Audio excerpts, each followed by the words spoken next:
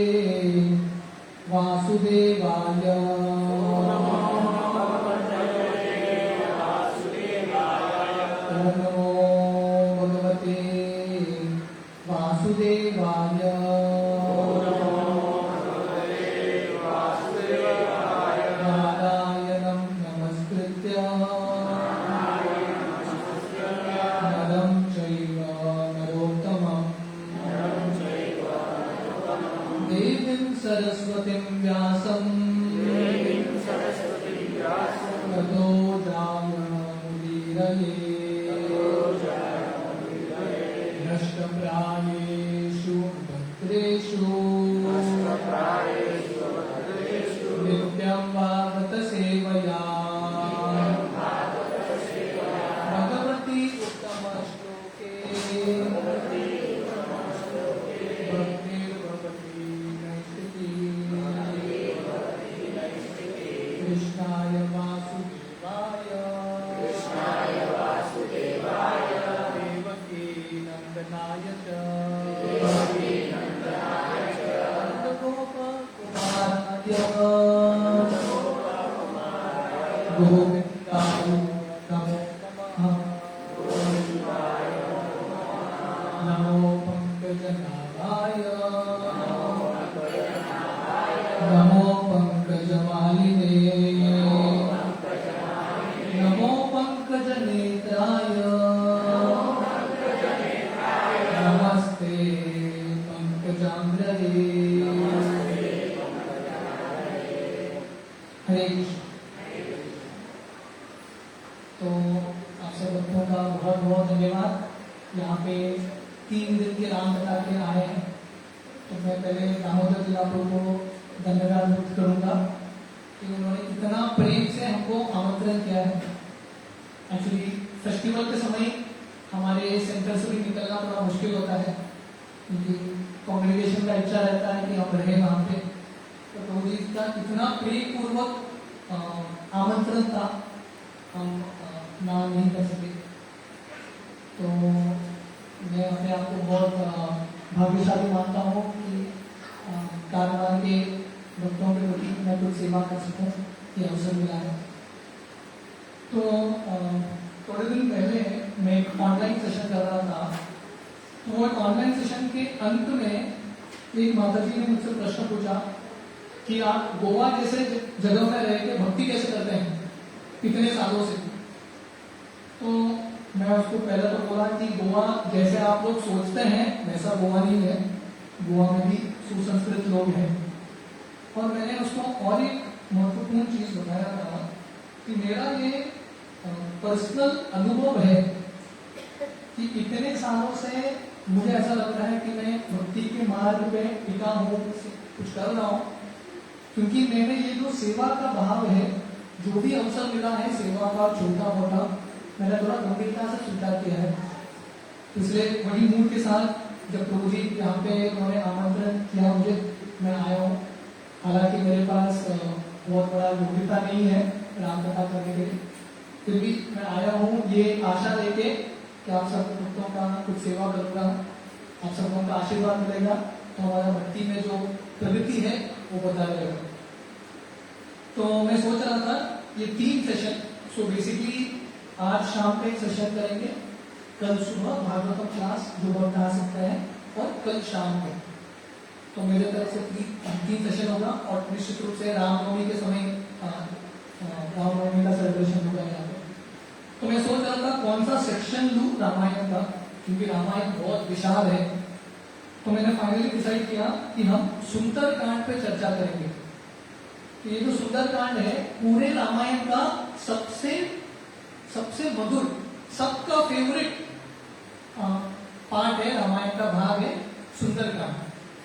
तो वर्णन आता है बाकी कांडों में से, बाकी जितने भी सेक्शन है रामायण के, ये सुंदरकांड सबसे छोटे दिनों में, कम दिनों में होता है।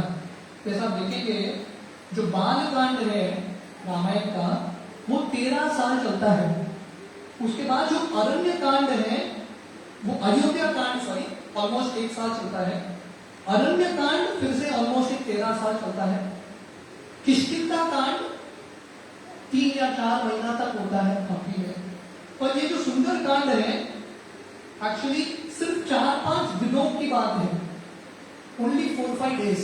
हनुमान जी लंका में क्या करते हैं, सिर्फ 4-5 दिन। पर इसके लिए एक पूरा एक सेक्शन है, क्योंकि इससे हमारे लिए सीखने के लिए बहुत इंपॉर्टेंट लेसन है, वेरी वेरी इंपॉर्टेंट लेसन।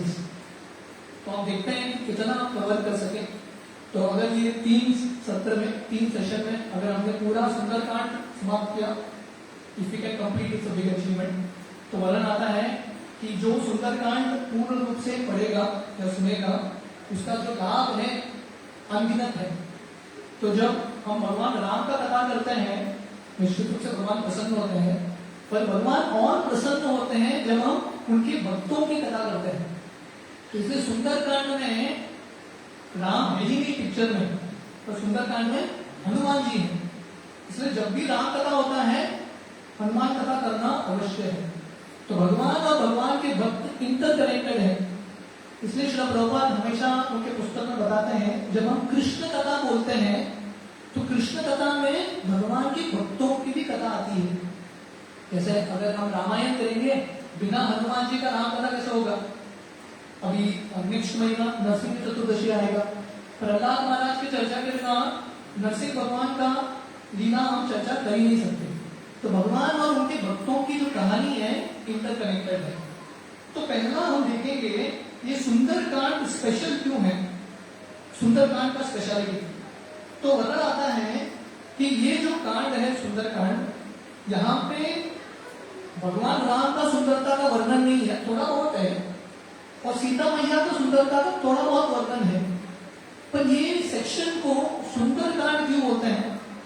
क्योंकि यहाँ पे हनुमान जी की लीलाओं का वर्णन है। तो पास्टाइम ऑफ हनुमान जी, और हनुमान जी कौन है? हनुमान जी बंदर है। बंदर सुंदर होता है क्या? बंदर सुंदर नहीं होता। पर इसको सुंदरकांड क्यों बोलते हैं?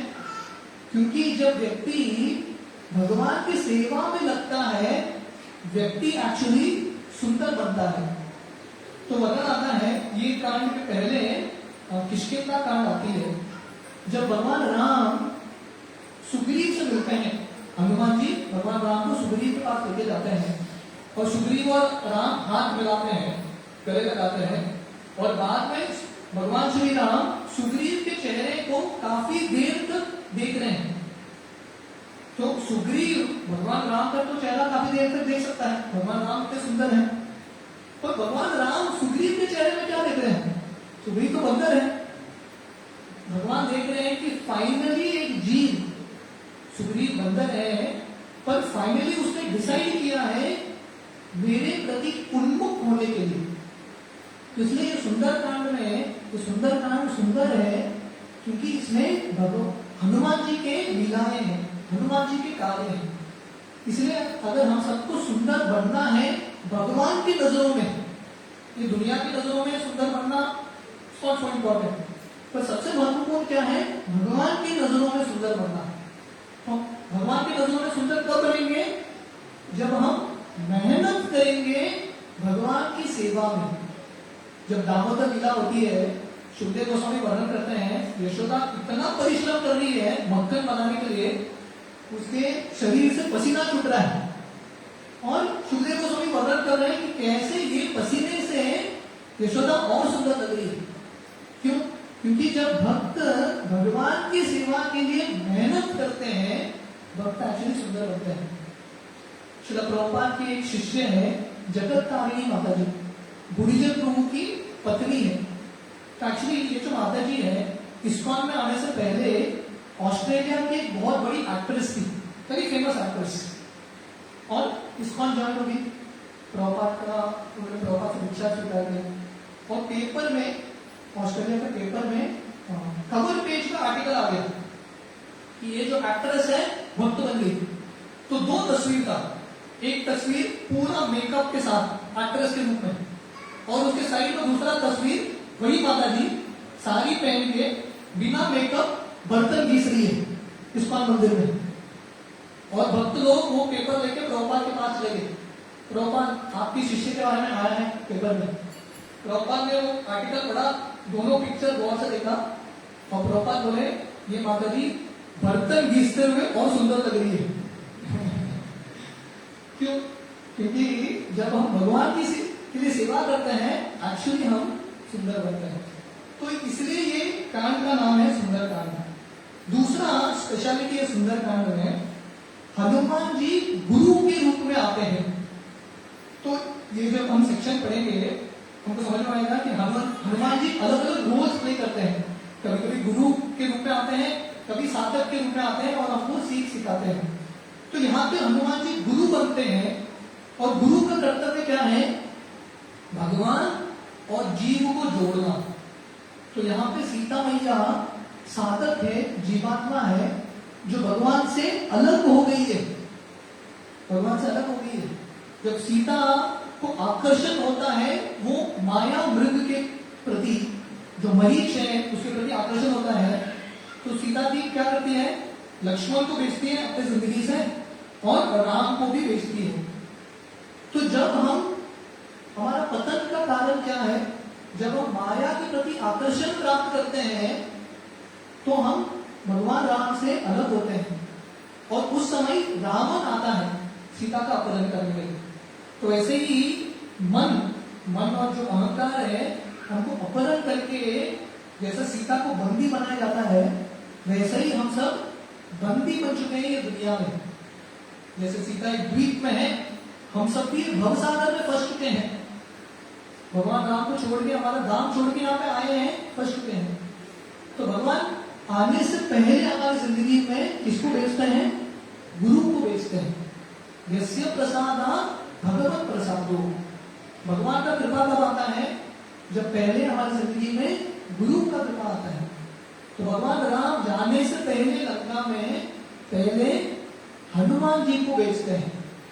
तो इसलिए प्रॉब्लली हमने जो विषय चुना है वो करेक्ट है, क्योंकि 2 दिन बाद रामनवमी आ रहा है। रामनवमी में शायद दामोदर लीला पर चर्चा करेंगे, राम का लीला। पर हमने सोचा कि पहले हनुमान जी का लीला करते हैं, क्योंकि जब हनुमान जी का तत्व समझेंगे, जब गुरु तत्व समझेंगे, उसके बाद भगवान राम के बारे में हम समझ सकते हैं। तो ये दूसरा स्पेशलिटी है, हनुमान जी गुरु के रूप में है और सीता और राम को जुड़ाते हैं। भगवान राम का संदेश सीता को देते हैं और सीता का जो प्रेम है, ऑफरिंग है, वो भगवान राम को देते हैं। तो गुरु का ये काम है। श्रील प्रभुपाद बताता है गुरु इज अ पोस्टल प्योन।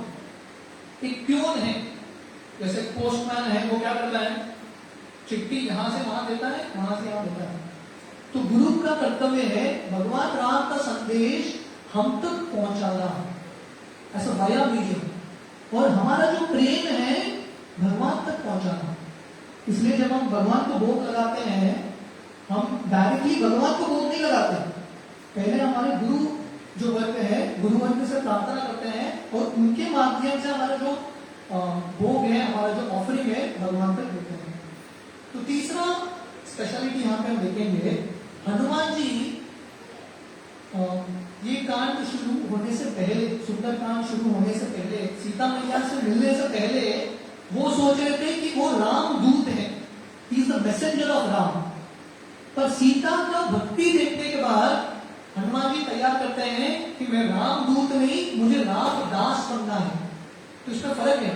पहले उनको लगा था मेरा कर्तव्य है मैसेज पहुंचा के आना, पर सीता की भक्ति देखने के बाद उनको समझ में आता है मेरा जिंदगी का लक्ष्य है भगवान राम का दास बनना। तो this is the transformation of भगवान जी। जैसे कहानी आती है उद्धव, जैसे यहाँ पे भगवान राम हनुमान को भेज रहे हैं सीता को पैसिफाई करने के लिए, sending Hanuman ji to pacify Sita. तो वैसे ही उद्धव जी कृष्ण भेजते हैं उद्धव को वृंदावन, जाके गोपियों को थोड़ा सांत्वना दो, उनको थोड़ा ज्ञान दो। तो उद्धव जी बृहस्पति के शिष्य हैं, पर जब उद्धव वृंदावन जाते हैं उनको समझ में आता है मैं यहाँ पे संदेश देने के लिए आया था, गोपियों को आशा देने के लिए आया था, पर वृंदावन आने के बाद मुझे समझ में आया गोपियों के जैसा जो भक्ति है मेरे पास नहीं है।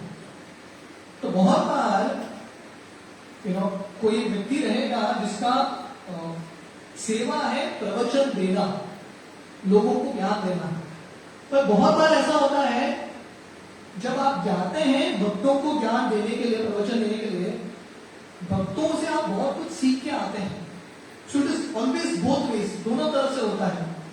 तो यहाँ पे हनुमान जी जाते हैं सीता को आशा देने के लिए, पर जब सीता का भक्ति देखते हैं, सीता का जो इंटेग्रिटी है भगवान राम के प्रति, अनन्य भक्ति, हनुमान जी डिसाइड करते हैं मेरा कर्तव्य है भगवान राम का पास करना। तो आगे ये सुंदरकांड का स्पेशलिटी है, सुंदरता है, यहाँ पे सीता मैया का शुद्धता, कितना शुद्ध थी सीता मैया। इतने सारे प्रलोभन के बीच में भी सीता ने अपना भक्ति नहीं छोड़ा। एक बार श्रीला प्रभुपाद से मिलने के लिए थोड़े बहुत रईस व्यक्ति आए थे, वेरी इन्फ्लुएंशियल पीपल। तो प्रभुपाद उनके सामने बोले, देखो मेरे शिष्यों को इतना शरणागति है मेरे प्रति, आप इनको $1 मिलियन भी दोगे, मुझे छोड़ के नहीं जाएंगे। सब शिष्यों का जो चाहता है बढ़ गया, फुल गया। तो देखो प्रभुपाद हमारा प्रसन्नता कर रहे हैं, हमारा लॉयल्टी इतना है। वो सब लोग चले गए। बाद में प्रभुपाद बोलते हैं इनको, अब तक किसी ने आपको $1 मिलियन नहीं दिया है, जब मिलेगा ना तब पता चलेगा आपका लॉयल्टी कितना है। तो हम सबकी जिंदगी में अलग अलग प्रलोभन आते हैं, वो प्रलोभन से अगर हम मोहित हो गए, हम भगवान का भक्ति छोड़ देंगे। तो सीता मैया हमको सिखा रही है कि कैसे भक्ति में टिके रहना है, स्टेडी रहना है। जो भी प्रलोभन आए उसमें आपको विचलित नहीं होना है, you have to be fixed in devotion। इसलिए वाल्मीकि मुनि बताते हैं, रामायण का दूसरा नाम है सीताया चरितम महत्। तो रामायण भगवान राम का जो प्रवाह है, जर्नी है, उसके बारे में वर्णन करता है, पर सीता का चरित्र के बारे में भी वर्णन है। तो और एक स्पेशलिटी है सुंदरकांड का, जितने भी कांड हैं रामायण के वो सब सुंदरकांड में आते हैं। इसलिए बहुत सारे भक्त सिर्फ सुंदरकांड बार बार पढ़ते हैं, क्योंकि आप देखेंगे जब हम वो दीघा तक पहुंचेंगे, जब हनुमान जी सीता मैया के पास जाते हैं, वो पूरा रामायण सुनाते हैं, बालकांड से लेकर किष्किंधा कांड तक पूरा रामायण सुनाते हैं। तो इसलिए सुंदरकांड इज ऑल इंक्लूसिव, बाकी जितने भी कांड हैं सुंदरकांड में आते हैं। और एक महत्वपूर्ण कारण इसकी वजह से हमको सुंदरकांड ध्यान से सुनना है, हनुमान जी का जो ये जर्नी है सीता मैया के पास समुद्र पार करके लंका जाना, हम साधकों का जर्नी है। सीता मैया कौन है? भक्ति की मूर्तिमान स्वरूप भक्ति है। जैसे हनुमान जी जा रहे हैं सीता से मिलने के लिए, हम सबका भी जो लक्ष्य है, हम सब ने जर्नी लिया है, ये यात्रा में हमने भाग लिया है। कौन सा यात्रा? कृष्ण भावनामृत। हम सब आए हैं, ये यात्रा में चल रहे हैं।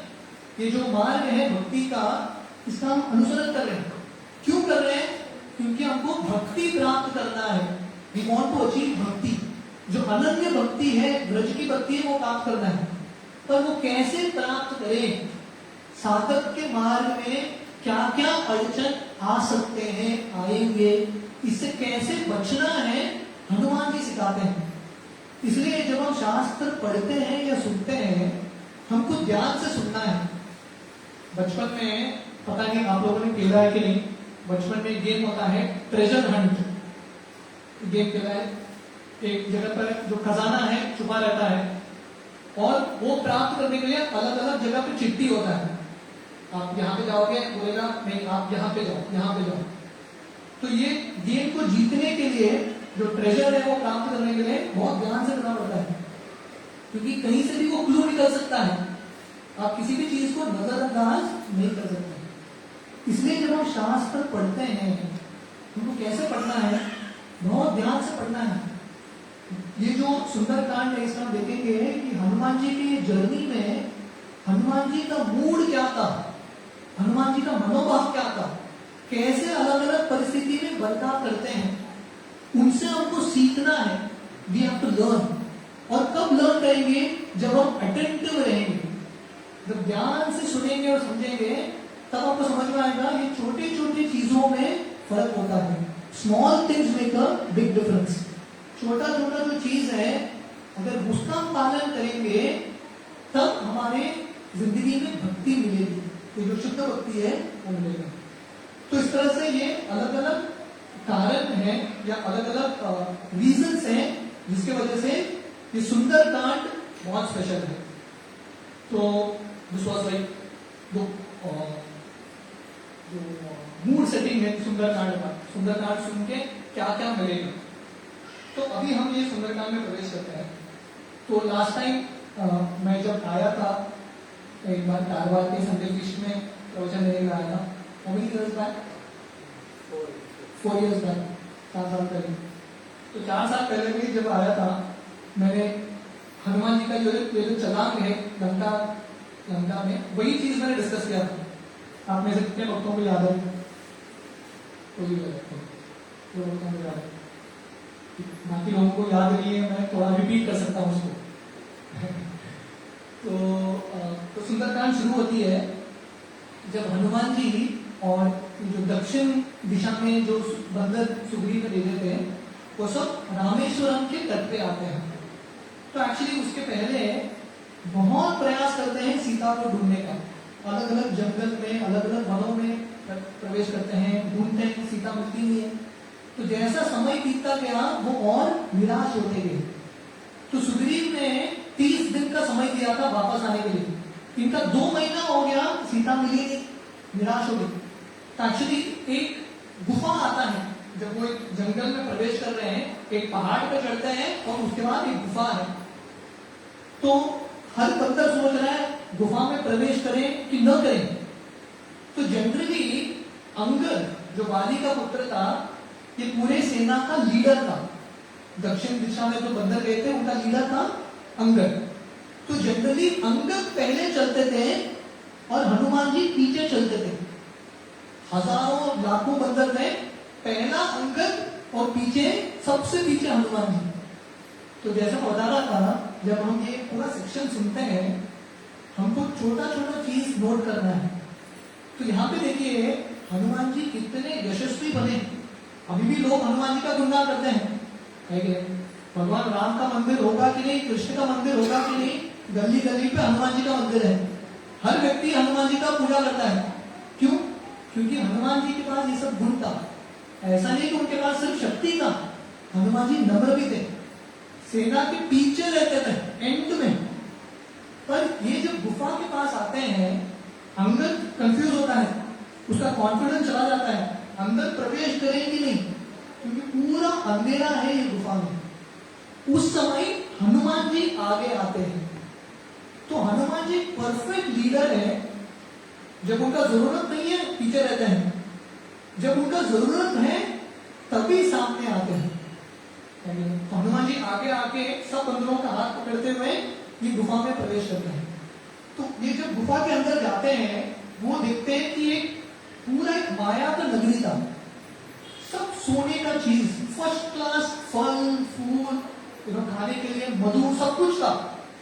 तो सब बंदरों को लगने लगता है सीता को भूल जाओ, राम को भूल जाओ, यहीं पे रह जाएंगे। पर वहां पे हनुमान जी बहुत फोकस थे। हनुमान जी बोलते नहीं, हमको लक्ष्य नहीं खोना है। तो उस समय उनको एक योगी मिलती है जिसका नाम है स्वयं प्रभा। तो वो बोलती है जनरली बहुत सारे लोग ये गुफा के अंदर प्रवेश करते हैं, पर इतना ऐश्वर्य देखिए गुफा में कोई बाहर नहीं जाता। पर सिर्फ हनुमान जी एक व्यक्ति थे जो फोकस थे अपने मिशन पे। तो स्वयं प्रभा बोलती है आप सब लोग आंख बंद करो, मैं आपको ये गुफा से बाहर निकालूंगा। तो सब लोग अपना आंख बंद करते हैं और जब आंख खोलते हैं वो समुद्र के तट पे है, रामेश्वरम के तट पे। तो गुफा से तो बच के आ गए, अभी सामने को सिर्फ समुद्र दिख रहा है, विशाल समुद्र रामेश्वरम का। सीता कहाँ पे है कुछ क्लू नहीं। उस समय सब बंदर सोचते हैं यहीं पे बैठ के हमारा जो शरीर है वो त्याग करेंगे, क्योंकि वापस जाएंगे सुग्रीव को बताएंगे सीता नहीं मिली, सुग्रीव तो हमको मारने वाला है। तो सुग्रीव का हाथ मरने से अच्छा है यहीं पे सुइसाइड कर लो। तो सब बंदर बैठ जाते हैं और बंदर सोचते हैं एनीवे मरने वाले हैं, भगवान राम का कथा करते हैं, तो रामायण की चर्चा करते हैं। और ऐसा जब चर्चा करते हैं वो कहानी पे आते हैं जब रावण सीता का अपहरण करके लेके जाता है और जटायु आके रावण के साथ संघर्ष करके जटायु मर जाता है।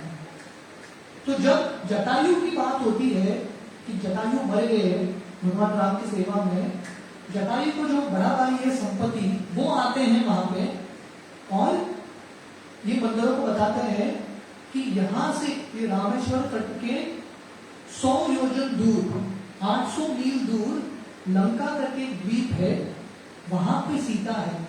मैंने देखा था जब रावण लेके जा रहे थे सीता को, मैंने देखा था। और मेरा जो दृष्टि है, जो गीत है, उनका जो दृष्टि है बहुत दूर तक होता है। वो बोलते हैं मैं यहां से अभी सीता को देख सकता हूं। तो अभी न्यूज तो मिल गया, समाचार सीता है, कहां पे सीता है वो समाचार मिल गया।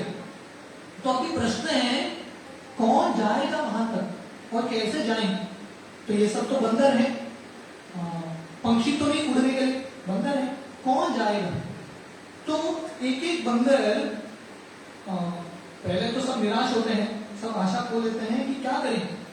तो बहुत बार जब हम भक्ति के मार्ग में लगते हैं या सालों साल बीता रहता है, ऐसे बहुत सारे मोड़ आएंगे जिंदगी में जब हम निराश होंगे। तो हमको लगेगा अरे भक्ति तो मिल ही नहीं रहा है, इतना प्रयास कर रहा हूं मैं पर भक्ति मिल ही नहीं रहा है, वी बिकम डिसअपॉइंटेड। और हम रामायण में देखते हैं बार बार जब भक्त निराश होते हैं उनको आशा देने के लिए कृष्ण कथा या राम कथा ये उनको आशा देता है। तो हमने देखा है कि जब बंदर इस समुद्र के पास थे, जब वो खुदकुशी करने वाले थे, अपना शरीर त्यागने वाले थे, उस समय राम कथा करते हैं और उनको एक नया आशा आती है। जब लंका में सीता जी वो आत्महत्या करने वाली है, उस समय हनुमान जी आके राम कथा सुनाते हैं। 14 साल के वनवास के बाद भरत महाराज ने भगवान राम को बोला था कि एक दिन भी देरी हुआ तो मैं मर जाऊंगा, आग में प्रवेश करूंगा। भरत जब आग में प्रवेश कर रहे थे उस समय हनुमान जी आकर राम कथा करते हैं और भरत को आशा मिलता है। तो इसलिए जब जिंदगी में निराश होते हैं भक्ति के मार्ग में, हमको क्या करना है? भगवान की कथा का आश्रय लेना है। इसलिए श्री प्रभुपाद ने इस्कॉन के ये जो हमारा मॉर्निंग प्रोग्राम है, दिनचर्या ऐसा किया है, हम रोज सुबह भागवतम से शुरू करते हैं, नित्यम भागवत सेवया।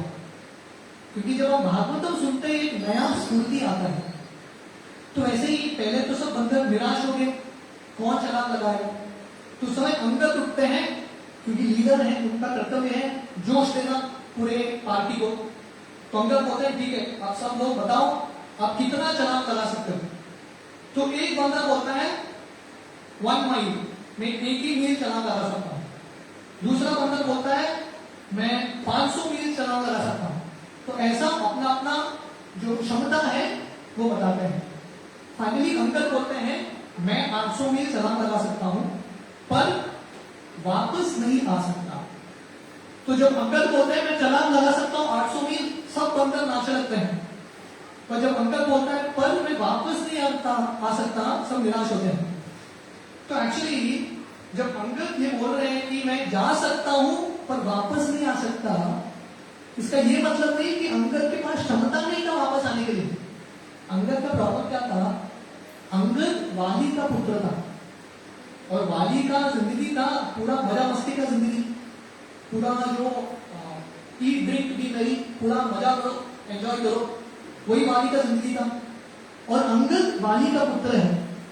तो अंगद को हृदय में डर लग रहा था, लंका तो सोने की लंका है, उसमें इतना सारा ऐश्वर्य है। तो अंगद को लग रहा था मैं जा तो सकता हूं लंका में, पर लंका का प्रलोभन इतना है वापस आऊंगा कि नहीं पता नहीं। तो इसको बोलते हैं हॉनेस्टी।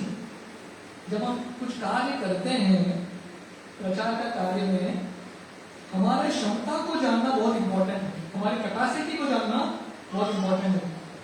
जैसे हमारे गौरव गुरु बताते हैं कबड्डी का जो गेम होता है, कबड्डी की गेम में रूल है कि वो लाइन टच करके आना है और अगर हो सकता है तो एक व्यक्ति को टच करके आउट करके आना है। पर आपकी क्षमता के ऊपर है। एक व्यक्ति रहेगा जो जाएगा लाइन को टच करके सबको टच करके आएगा, सबको आउट करके आएगा। पर आपके पास क्षमता है तो नकल मत करो, नहीं तो क्या होगा आप ही आउट हो जाओगे, ठीक है? तो वैसे ही हमारा क्षमता जानना बहुत इंपॉर्टेंट है। तो अंगद को पता था उनका वीकनेस, जा सकता हूं लंका में, पर लंका का नगरी इतना प्रलोभन उसमें, वापस आऊंगा नहीं गारंटी नहीं। तो अंदर कुछ चुप रहते हैं, जांबवान समझ जाते हैं अंदर का वीकनेस क्या है। तो उस समय सब लोग फिर से निराश हो गए, कोई जा ही नहीं सकता, अभी सीता कहाँ है पता चल गया, फिर भी हम पहुंच नहीं सकते। तो समय जांबवान जाके हनुमान जी के पास जाते हैं। तो यहाँ पे भी हम देखते हैं कि हनुमान जी की नम्रता, बाकी सब अंदर बोलते हैं अपना शब्द, हनुमान जी कुछ बोल ही नहीं रहे, शांत बैठे हैं सिर्फ बैठी। तो जांबवान जाते हैं, हनुमान जी के कंधों पे अपना हाथ रखते हैं और हनुमान जी को उनका शक्ति याद दिलाते हैं। बोलते हैं आप तो वायु के पुत्र हो, आपके पास इतना क्षमता है और जमीन आसमान को आप ठीक कर सकते हो। बचपन में आपने सूरज को पाने के लिए छलांग लगाया था और सूरज और राहु को अपने मुंह में डाल दिया था। तो उस समय सब देवता के इंद्र अपना वज्र का प्रहार करता है हनुमान के ऊपर और हनुमान के चिन्ह हनु पे लगता है। पर उसके बाद आके हालांकि हनुमान गिर गए, आसमान से गिर गए नीचे, पर सब देवता आके हनुमान जी को इतने सारे वर देते हैं तो हनुमान जी का शक्ति और बढ़ता है। तो जांबवान हनुमान जी को प्रेरणा दे रहे हैं और जितना प्रेरणा दे रहे हैं हनुमान जी को और ऊर्जा मिलता है, हनुमान जी के आंखों में तेज आता है। तो इसलिए हनुमान जी का कार्य है लोगों को आशा देना। जैसा बता रहा था, जब भी रामायण में कोई भक्त निराश होते हैं, हनुमान जी आते हैं उनको आशा देने के लिए। सीता को आशा हनुमान जी देते हैं, भरत को आशा हनुमान जी देते हैं। इनफैक्ट हनुमान जी का एंट्री होता है रामायण में किष्किंधा कांड में, जब सुग्रीव इतना ताड़ित था, इतना पीड़ा में था, क्योंकि वाली हर दिन आके सुग्रीव को लात मार के जाता था, रोज सुग्रीव को तंग करता था। उस समय हनुमान जी आते हैं सुग्रीव को आशा देंगे। तो हनुमान जी उनका रोल है, उनका कर्तव्य है भक्तों को आशा देना। तो भगवान राम जब उनके धाम जाते हैं वापस, हनुमान जी को बोलते हैं आप यहीं पे रुको, जब तक कोई भक्त है जो मेरा भक्ति करने का इच्छुक है, ऐसे भक्तों को आशा देने के लिए आप रुको। तो हनुमान जी को हम प्रामाणिकता से प्रार्थना करेंगे, हनुमान जी हमको शक्ति देंगे। पर यहाँ पे इंपॉर्टेंट पॉइंट है, हनुमान जी सब भक्तों को प्रेरणा देते हैं पूरी दुनिया में। हनुमान जी को प्रेरणा देने वाले कौन है? जांबवान। अगर जांबवान ने हनुमान जी को प्रेरणा नहीं दिया होता था तो हनुमान जी अपना जो शक्ति है पहचान नहीं पाते थे। इसलिए हम सबकी जिंदगी में जो कोच है, गुरु है, उनका बहुत इंपॉर्टेंट रोल है। जो टीचर है, शिक्षक है, जो भक्त का कम्युनिटी है, तो भक्तों का समूह इसलिए है हमको प्रेरणा देना। तो सही एजुकेशन का मतलब है हमारे अंदर जो क्षमता है वो गुरु, जो शिक्षक पहचान सकता है। तो शिक्षक का कर्तव्य है, जो शिष्य अपने अंदर नहीं देख सकता वो शिक्षक देख सकता है।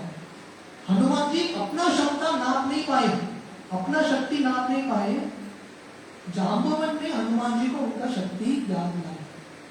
तो वैसे ही जैसे हनुमान जी का जिंदगी है भगवान राम के प्रति सेवा करना, तो वैसे ही हम सबका जिंदगी है भगवान की सेवा करना। जीवेर स्वरूप होई कृष्णेर नित्य दास। हम सबका जन्म हुआ है भगवान के लिए बड़ा सेवा करना। हनुमान जी जैसा नहीं, पर हमारी क्षमता के अनुसार सेवा करने के लिए हमारा जन्म हुआ है। पर उसके लिए हमारी क्षमता को पहचानने के लिए भक्तों का संग लगता है। जब हम भक्तों की कम्युनिटी में रहते हैं और खासकर जब हमारी जिंदगी में ऐसे भक्त मिलते हैं जो हमको एनकरेज करते हैं, इसलिए हम सबका कर्तव्य है बाकी भक्तों को एनकरेज करना। तो श्रील प्रभुपाद ने इसलिए संस्था बनाया है इसको, ताकि हम एक दूसरों को प्रेरणा दे सके, इंस्पिरेशन दे सके कि आप कर सकते हो, आप भगवान के लिए सेवा कर सकते हो। तो इस तरह से जांबवान हनुमान जी को प्रेरणा देते हैं, और जितना जांबवान प्रेरणा दे रहे हैं हनुमान जी का कॉन्फिडेंस और बढ़ता है। हम गीता की शुरुआत में यही देखते हैं, अर्जुन भगवान के भक्त हैं, और अर्जुन पूरी तरीके से आशा खो दिया था। अर्जुन ने पूरा निराश हो गया अर्जुन गांधी को धनुष रख दिया और अर्जुन बोला था मैं कुछ नहीं करूंगा, उस समय कृष्ण अर्जुन को प्रेरणा देते हैं। तो सबसे बड़ा जो मोटिवेशन टॉक है वो भगवद गीता है। जब हम शास्त्र पढ़ते हैं हमको मोटिवेशन मिलता है। हम सब जानते हैं कि शिवाजी महाराज उन्होंने कितना बड़ा कार्य किया मुगलों को रोकने के लिए, जो धर्म है उसको बचाने के लिए। शिवाजी को प्रेरणा कहां से मिला? वो कुछ एजुकेशन स्कूल में नहीं गए, पाठशाला में नहीं गए। उनकी जो माँ है वो उनको शिक्षा देती थी रामायण महाभारत। तो अगर हमको कुछ बड़ा बनना है जिंदगी में, कुछ प्रेरणा पाना है, हमको कहीं और ढूंढने के लिए जरूरत नहीं है। हमारे शास्त्रों में बहुत प्रेरणा है। अगर हम पढ़ेंगे इसको ध्यान से, इंस्पायर्ड। तो जैसे कृष्ण अर्जुन को बोलते हैं उच्चिष्ट जागृत, अब उठो अर्जुन, युद्ध करो। तो वैसे ही जांबवन हनुमान जी को प्रेरणा दे रहे हैं, उच्चिष्ट हनुमान जी उठिए, जागिए, जिसके लिए आप पैदा हुए हैं वो कार्य कीजिए, अभी समय है, the time has come now. तो वैसे ही हम सबकी जिंदगी में, हम सब ये भक्ति के मार्ग में, जो भक्तों के संग में आते हैं, भक्त हमको प्रेरणा देते हैं ये छलांग लगाने के लिए। तो जैसे हनुमान जी ये सागर के सामने थे, विशाल सागर, और उनके मन में डाउट था, छलांग लगाऊं कि नहीं लगाऊं। तो बहुत बार हमारे मन में ये डाउट आता है।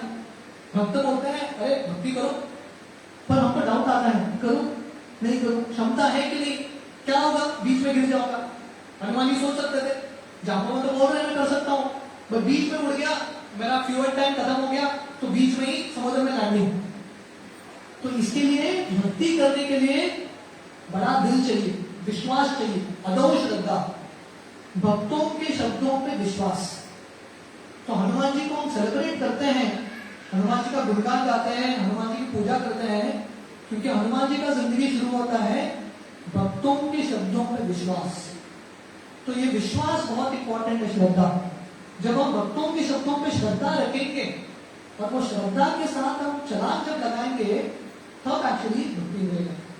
तो जांबवन की प्रेरणा से हनुमान जी उठते हैं और जोर से भगवान राम का नाम लेते हैं, राम चिल्लाते हैं, और जितना वो चिल्लाते हैं उनका साइज बढ़ता जाता है, उनका जो कॉन्फिडेंस है बढ़ता जाता है।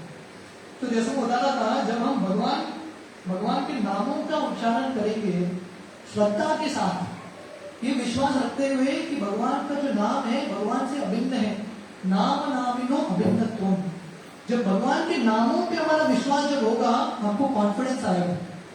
तो हनुमान जी का जो कॉन्फिडेंस है स्वयं की क्षमता में नहीं था। हनुमान जी का कॉन्फिडेंस किस पे था? भगवान राम के नाम पे। वैसे शिला प्रभुपाद, जैसा हनुमान जी ने छलांग लगा के गए, इंडियन ओशन क्रॉस करके लंका गए, शिला प्रभुपाद ने भी जलदूत समुद्र क्रॉस करके गए प्रभुपाद। और प्रभुपाद को भी कॉन्फिडेंस था। किस पे कॉन्फिडेंस? अपने आप पे कॉन्फिडेंस नहीं था, प्रभुपाद को कॉन्फिडेंस था भगवान के नामों में। इसलिए जब प्रभुपाद अकेले थे न्यूयॉर्क सिटी में, प्रभुपाद को पार्क, टॉम्किंसन स्क्वायर पार्क में जाके अकेले कीर्तन करते थे, बस।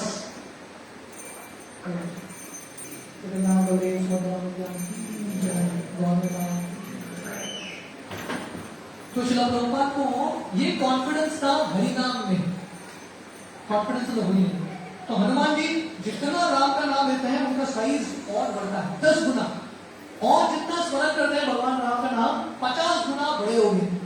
और सब बंदर सोच रहे हैं हमारे बीच में एक व्यक्ति हमारे साथ ही था, हमको लग रहा था हमारे जैसा ही है, पर इतना विशाल है। तो इसलिए हमको कभी किसी को अंडर एस्टिमेट नहीं करना है, नेवर अंडर एस्टिमेट एनीवन। हमारे बीच में कोई भक्त होगा, कब वो अपना क्षमता पहचान के कब बड़ा सेवा करेगा बोल नहीं सकते, हम आंक नहीं सकते। So better to respect everyone. महात्मा प्रभु शिला प्रभुपाद के वरिष्ठ शिष्य हैं, उन्होंने एक छोटा सा कविता लिखा था, आई एम शॉक्ड, मैं आश्चर्य हूं, बहुत इंग्लिश में कविता है। तो एक कविता में लिखते हैं, वो तुलना कर रहे हैं, जब वो आध्यात्मिक जगत जाते हैं, when enter into the spiritual world, वो देखते हैं कि वो टेंपल प्रेसिडेंट उनका जो हमेशा तंग करता था उनको, वो भी पहुंच गया भगवत धाम। तो वो सोच रहे थे अरे कितना खड़ूस भक्त है, कितना कठोर शब्द बोलता है, ये भी भगवतम आ गया। और देखते हैं उनका टेंपल कमांडर है, वो भी कुछ न कुछ गलत कार्य करता था, वो भी पहुंच गया भगवतम। तो महाप्रभु उनकी कविता में लिखते हैं ये सब लोग भगवतम कैसे आ गए, और वो कविता में लिखते हैं मैं इनको देख के आश्चर्य में आ गया और वो भक्त मुझे देख के आश्चर्य में आ गए, तुम कैसा पहुंच गया यहाँ पे। तो इसलिए हमको कभी भक्तों को अंडर एस्टिमेट नहीं करना है। कौन कब क्या करेगा वी डोंट नो, भगवान किसको एम्पावर करेंगे बोल नहीं सकते। तो सब बंदर देखते हैं कि हनुमान जी का साइज इतना बड़ा हो गया और हनुमान जी इतने कॉन्फिडेंट हो गए 3 छलांग में महेंद्र पर्वत पे पहुंच गए। क्योंकि अगर फ्लाइट टेक ऑफ करना है तो लॉन्च पैड चाहिए ना, तो हनुमान जी को पर्वत चाहिए था, तो महेंद्र पर्वत पे पहुंच गए। जो रामेश्वरम जाता है वो पर्वत अभी भी है, तो महेंद्र पर्वत पे पहुंच गए हैं। ऐसा लग रहा था कि महेंद्र पर्वत के ऊपर और एक बहुत बड़ा पर्वत है हनुमान जी, और हनुमान जी ये पर्वत पे चढ़ के वो घोषणा करते हैं मैं कुछ भी कर सकता हूं, मेरे पिता वायु की तरह मैं ये जो ब्रह्मांड है उसके कौन से भी भाग पे पहुंच सकता हूं। निश्चित रूप से एक ही चरण में मैं लंका पहुंचूंगा, सीता को ढूंढ के आऊंगा, और सीता नहीं मिली पूरा लंका को ही उठा के लाऊंगा। मेरे पास ये क्षमता है कि मैं दानवों के हाथ से, इंद्र के हाथ से अमृत चुरा के ला सकता हूं, तो मैं कुछ भी कर सकता हूं भगवान राम के शक्ति पे। तो हनुमान जी को ये कॉन्फिडेंस भगवान राम के ऊपर था।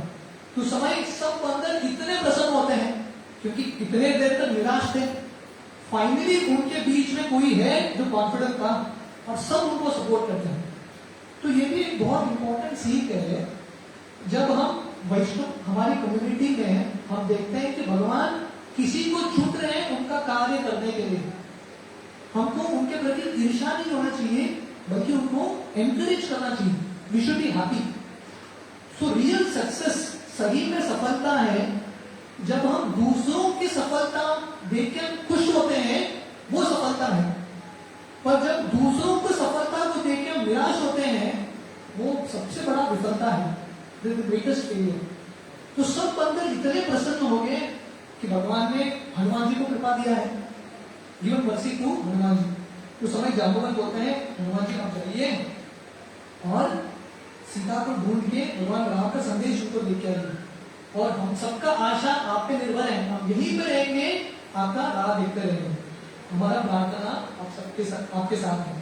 तो इस तरह से हनुमान जी जाम्बवत को प्रणाम अर्पण करते हैं, सूर्य देव को, ब्रह्मा जी को, वायु देव को, सबको प्रणाम अर्पण करते हुए भगवान राम का स्मरण करते हुए छलांग लगाते हैं। So this is called a prayerful mood. जाते हुए भी प्रार्थना करके जाते हैं। तो इसलिए जब भी हम कुछ महत्वपूर्ण कार्य शुरू करते हैं, प्रार्थना करना बहुत इंपॉर्टेंट है। हम यही मूड शिला प्रभुपाद का देखते हैं। शिला प्रभुपाद जब अमेरिका जाते हैं, प्रभुपाद ये नहीं सोच रहे देखो मैं क्या करता हूँ जादू, लोगों का सब परिवर्तन करके आऊंगा। प्रभुपाद का क्या भाव है? प्रभुपाद जलदूत में वो लिखता है मेरे पास क्षमता ही नहीं है, मेरा नाम है भक्ति वेदांत, मेरे पास भक्ति भी नहीं है, वेद का अंत ज्ञान भी नहीं है, पर मेरे गुरु महाराज ने भक्ति वेदांत का नाम लिखा है। तो प्रभुपाद की प्रार्थना है भगवान आप मुझे शक्ति दीजिए, आप मुझे नचाइए। तो ये मूड है प्रेयरफुल मूड। तो जो भी हम कार्य करते हैं प्रार्थना के साथ, ये जानते हुए कि लोगों का जो परिवर्तन है, हृदय का परिवर्तन हमारी शक्ति के अनुसार नहीं होता, ज्ञान के बलबूते में नहीं होता, कृपा से होता है। और वो कृपा कब आती है? जब हम प्रार्थना करते हैं। तो हनुमान जी प्रार्थना करके अपना जो साइज है इतना विशाल करके छलांग लगाते हैं। तो उनका जो छलांग है इतना तीव्र था, इतना फोर्स था उसमें, पर्वत में जितने भी पेड़ थे वो सब पेड़ उखड़ गए। वो सक्शन फोर्स होता ना, वो सक्शन इतना था सब पेड़ उखड़ गए। पेड़ों के जितने भी फूल थे, पत्ते थे, सब उखड़ गए और हनुमान जी के पीछे पीछे चलते हैं। ऐसा लग रहा है जैसे गुरु के पीछे शिष्य चलते हैं सब। और वो जो पर्वत है इतना विशाल पर्वत था, पूरा फ्लैट हो गया हनुमान जी के प्रेशर के साथ, सब फ्लैट हो गया। और वो पर्वत से लिक्विड, जितने भी मिनरल्स हैं लिक्विड के रूप में आते हैं, जितने भी जानवर है वो सब भागने लगते हैं। और जो गंधर्व महेंद्र पर्वत पे अपने पत्नियों के साथ रमन कर रहे थे, लीला कर रहे थे, वो सब लोग भाग गए और हनुमान जी ऐसा हवा में उड़ते हैं और जितने भी बंदर वहां पे हैं वो सब चिल्लाने लगते हैं, चीखने लगते हैं, क्योंकि उनके लिए सेलिब्रेशन का इवेंट था। हनुमान जी इतना बड़ा कार्य करने के लिए जा रहे हैं। तो जब हनुमान जी ऐसे सवाल लगा के जाते हैं तो वर्णन आता है उनके मार्ग में, हनुमान जी के मार्ग में अलग अलग टेस्ट आते हैं। तो जैसा बता रहा था, जब हम भक्ति के मार्ग में चलते हैं तो हमारे मार्ग में भक्ति मिलने से पहले अलग अलग टेस्ट आएंगे। ऐसा होता है ना, जो स्कूल के बच्चे हैं, डिग्री मिलने से पहले, जो भी डिग्री है, इंजीनियरिंग का डिग्री हो, मेडिकल का डिग्री हो, डिग्री मिलने से पहले हर स्टैंडर्ड में एक एग्जाम होता है। आप हर एग्जाम को पास करते जाओ, देन फाइनली एक डिग्री मिलेगा हर टाइम।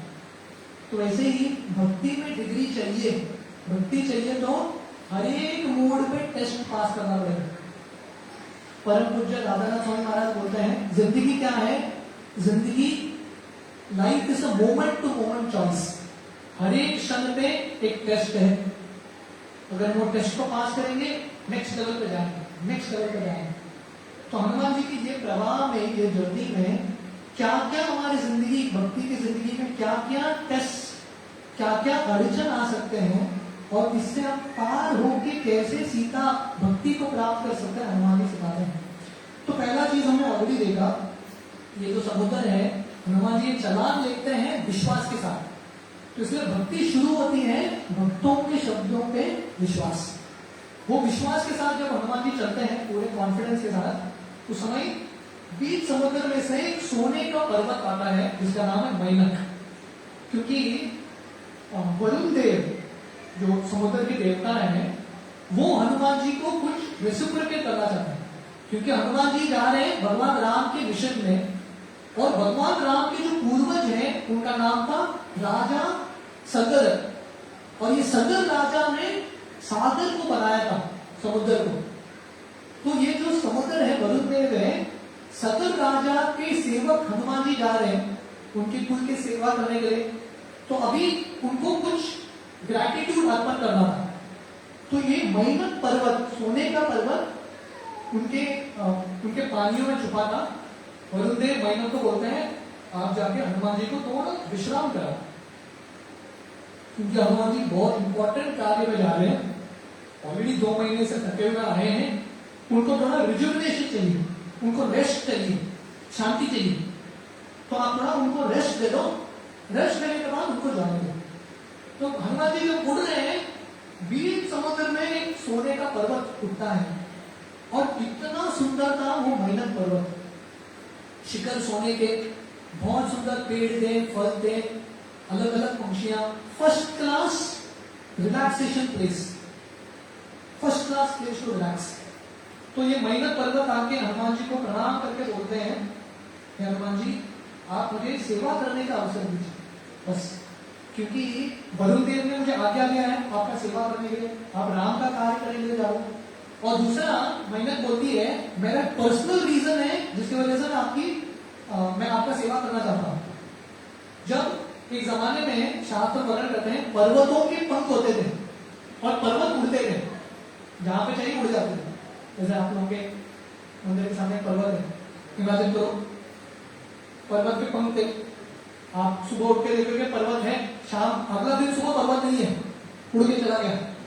तो पर्वतों के पंख होते थे। एक तो बार एक्सीडेंट हो गया पर्वत का, कहीं पे गिर गए, तो इंद्र को गुस्सा इतना आया, उसने डिसाइड किया सब पर्वतों के पंख को काटेंगे, अपना वज्र लेके सब पंख काट रहा था। तो उस समय मैनक जाके वरुण देव से बोलते हैं मुझे थोड़ा बचा लो इंद्र से। उस समय वायुदेव, हनुमान जी के जो पिता है, मैनक पर्वत को हवा से उड़ाते हैं और वरुण देव उनके अंदर ले लेते हैं और मैनक बच जाता है। तो मैनक बोलता है तो इसलिए आपके पिता ने मुझे मदद किया था, उनका रेसिप्रोकेट करने का मुझे अवसर नहीं मिला, इसके लिए आप उनके पुत्र हो, आप थोड़ा रिलैक्स करके जाइए, रेस्ट करके जाइए। हनुमान जी बोलते हैं आपका सेवा का भाव तो बहुत अच्छा है, पर मैं बहुत इंपॉर्टेंट मिशन में जा रहा हूं, मैं बहुत इंपॉर्टेंट मिशन में जा रहा हूं, इसलिए मुझे अभी ये ब्रेक नहीं चाहिए, रेस्ट नहीं चाहिए, मैं सीता को संदेश दे के अगर समय मिला तो वापस आके रेस्ट करना।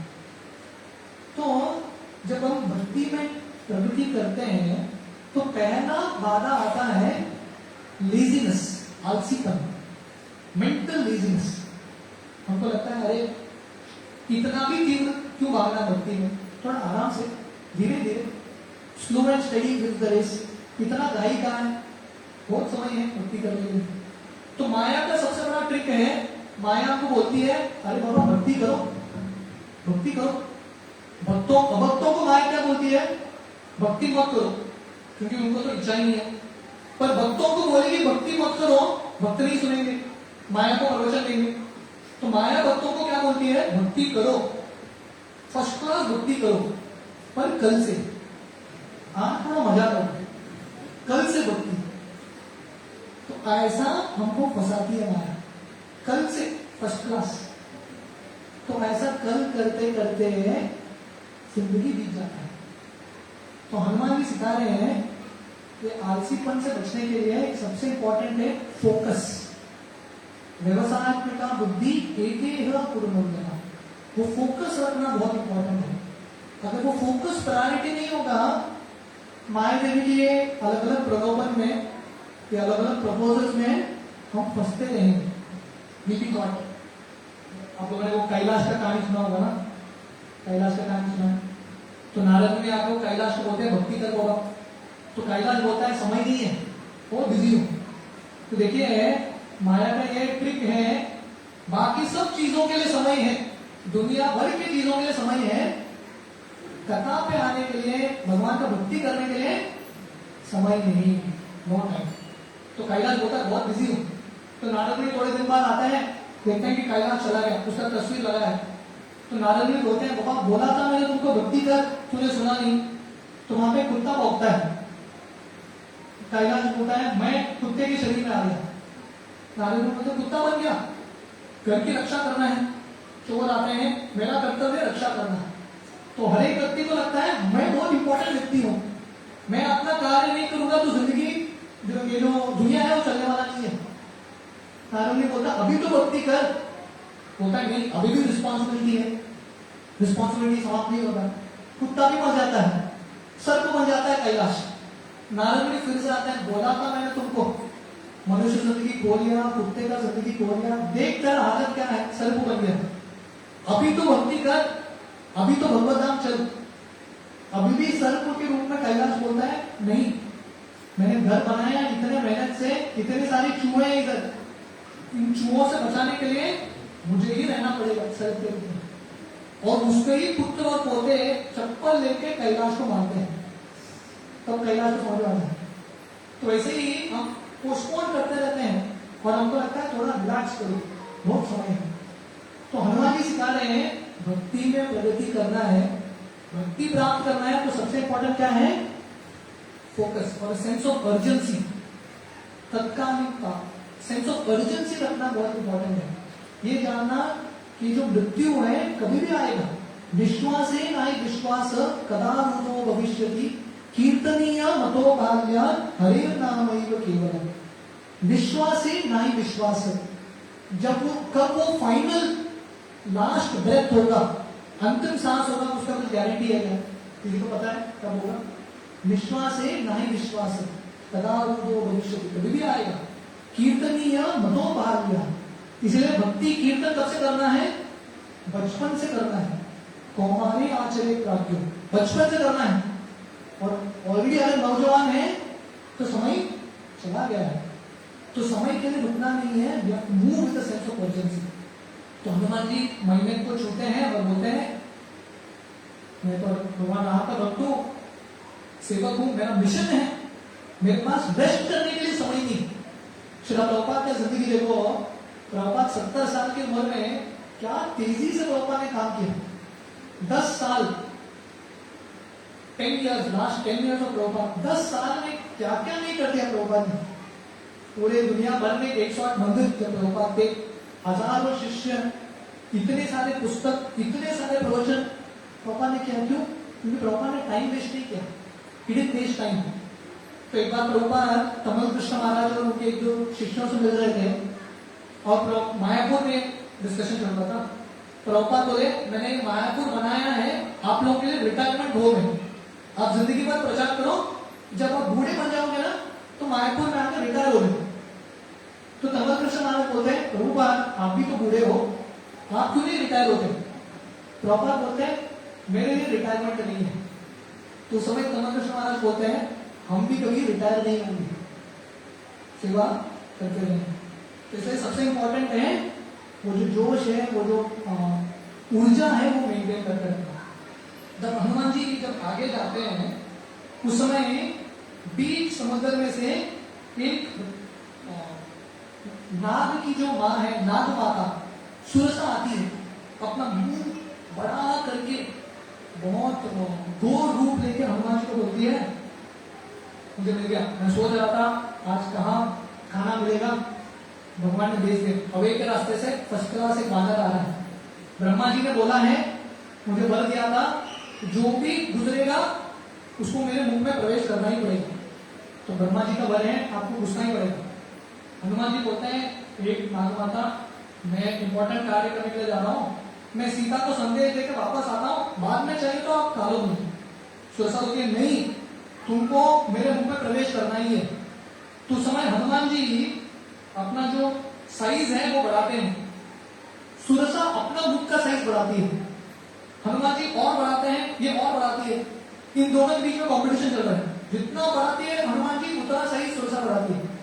और फाइनली जब सुरसा बहुत बड़ी उसका मुख कर लेती है, हनुमान जी बहुत छोटे होके सुरसा के मुख में प्रवेश करके बाहर आते हैं और बोलते हैं ब्रह्मा जी का वर हो गया, मैंने आपके मुख में प्रवेश कर दिया, बाहर भी आ गया, आप मुझे अपनी आशीर्वाद दे दो आगे जाएंगे।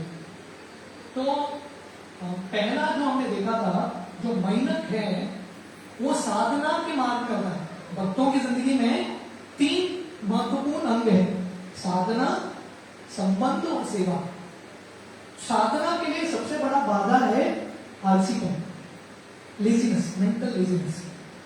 दूसरा है भक्ति में दूसरा एक बहुत इंपॉर्टेंट अंग है संबंध, सेवा,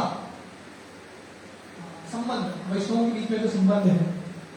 तो संबंध में सबसे बड़ा प्रॉब्लम है competitive spirit, competitive spirit, competition, कौन बड़ा, मैं बड़ा कि आप बड़े।